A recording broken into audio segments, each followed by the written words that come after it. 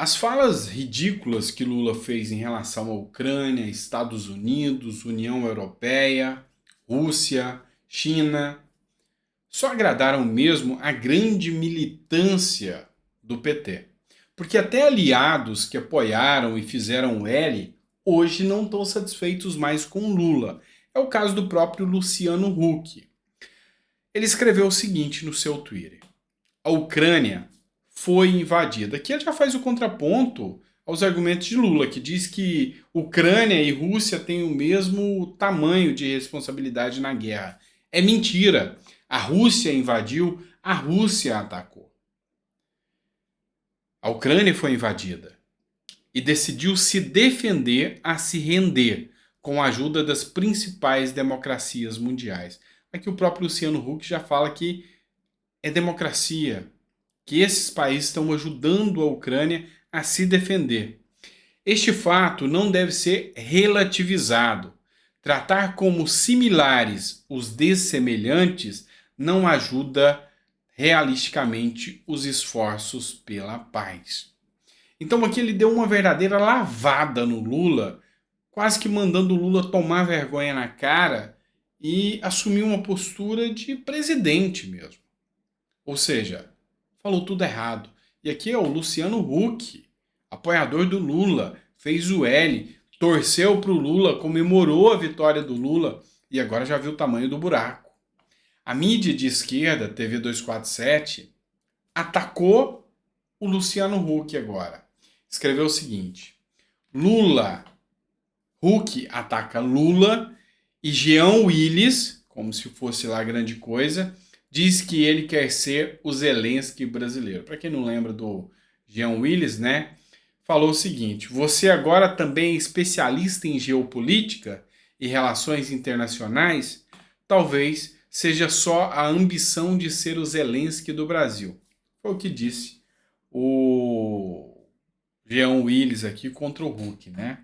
Como se Jean Willis tivesse moral para falar isso. Jean Willis, por acaso, é um especialista em geopolítica para rebater? Não. É professor de línguas, de letras, português.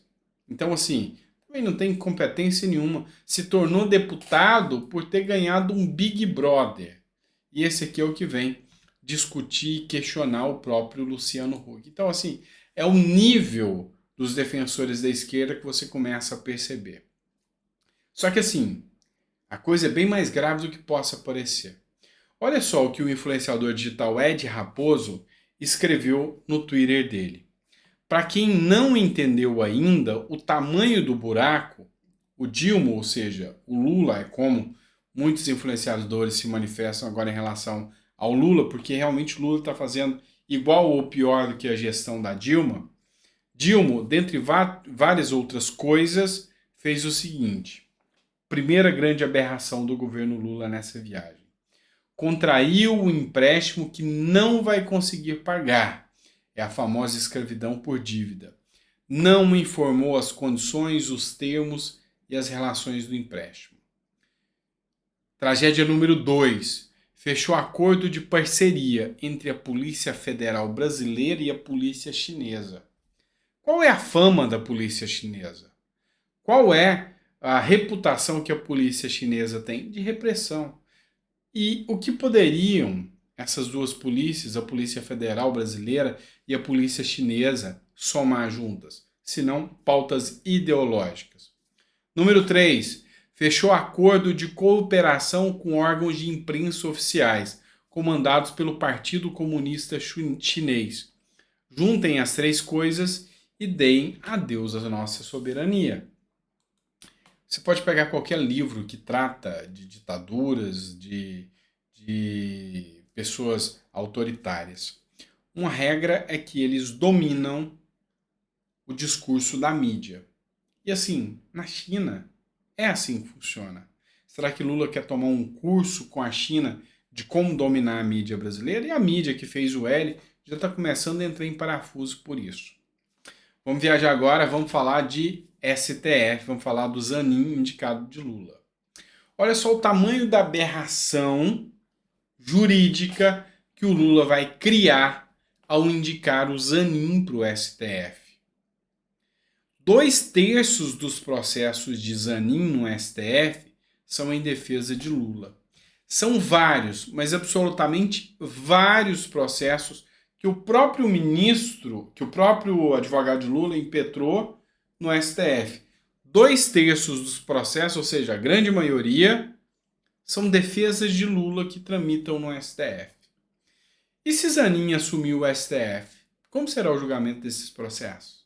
Será que ele vai se julgar imparcial ou será que ele vai dar uma decisão favorável a ele mesmo? Pois é.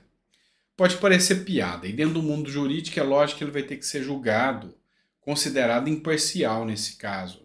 Vai ter suspeito nesse caso, não poderia julgar.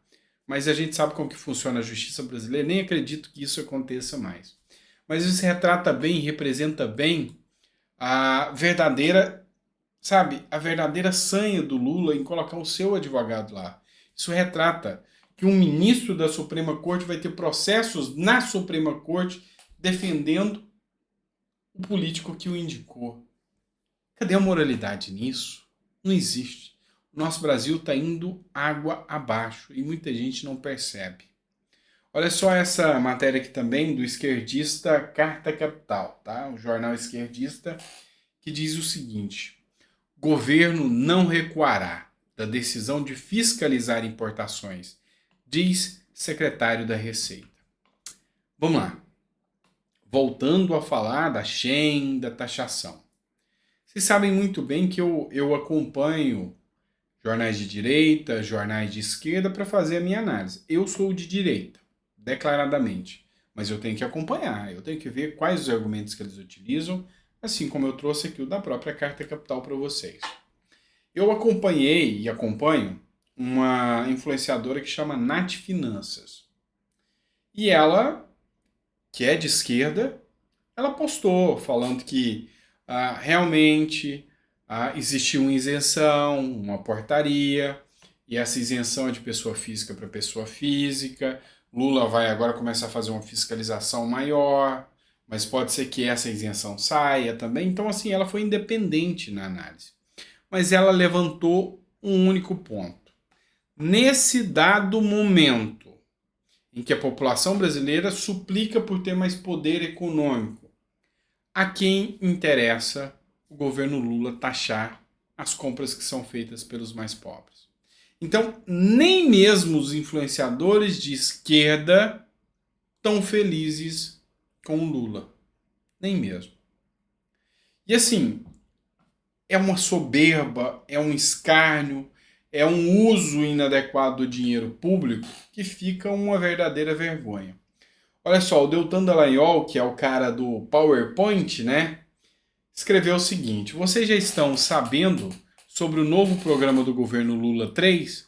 A partir do trabalho de oposição, conseguimos a lista e os preços dos maravilhosos móveis de luxos adquiridos para decorar os palácios de Lula. Você não vai acreditar. A minha poltrona na minha vida é urgente e garante a aposta para tornar habitável o Palácio do Alvorada. Afinal, se a cama custa pelo menos 42 mil, o Alvorada se torna inabitável, né? Então vamos lá. Essa é a poltrona que Lula comprou. Custa simplesmente a bagatela de 29.450 por uma poltrona, gente. Esse lugar de colocar a bunda, me desculpe o palavreado, custa 29.450 e quem paga é você e sou eu. Esse outro lugar de poltraseiro, sofá Raul elétrico, R$ 65.140. A cama, ainda por cima é uma cama feia, ainda por cima é uma cama brega. Cama Natuzzi Piuma King, R$ 42.000. Uma cama feia dessa ainda. Prefiro a minha caminha box que eu paguei 2, 3 mil reais aqui. E nós pagamos essa aí também, viu? De 42 mil. Como eu tô pagando, pelo menos que fosse alguma coisa luxuosa. Essa coisa brega. Sofá elétrico Portento. Mais R$ 31.690 nesse sofá. Pois é, tem mais coisa. outra poltroninha para pôr a bunda. Eu acho que eles têm sanha, tara em colocar a bunda em coisa cara. Poltrona Stasi veludo azul. Eu comprei uma poltrona igual, mas peraí, gente, igual, é assim, muito semelhante a essa.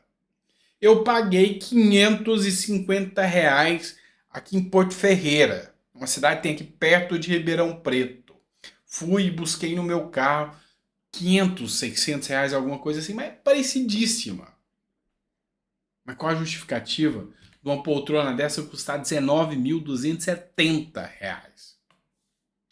E somos nós que estamos pagando. E está aqui toda a relação. Essa é a relação de imóveis que foram comprados com o nosso dinheiro. Ou seja, é o dinheiro daquela pessoa que ganha o Bolsa Família, ou que nem ganha, se vira, trabalha e vive com 300, R$ 400 por mês, talvez quebrando pedra lá no interior do Maranhão. A hora que ele precisa comprar um papel higiênico, naquele papel higiênico tem um negócio que se chama imposto. Então, quando ele compra aquilo, é aquele cara que mal consegue se sustentar, ele compra aquele papel higiênico e paga imposto. Esse imposto é aquele cara miserável que não tem condição de sobreviver direito, que às vezes morre por falta de comprar um remédio para dor de dente, infecciona e ele morre. Esse cara que está pagando o imposto no papel higiênico, esse cara que está pagando o imposto no arroz que ele compra, está bancando esses imóveis desses políticos que fazem esse escárnio com a cara da população.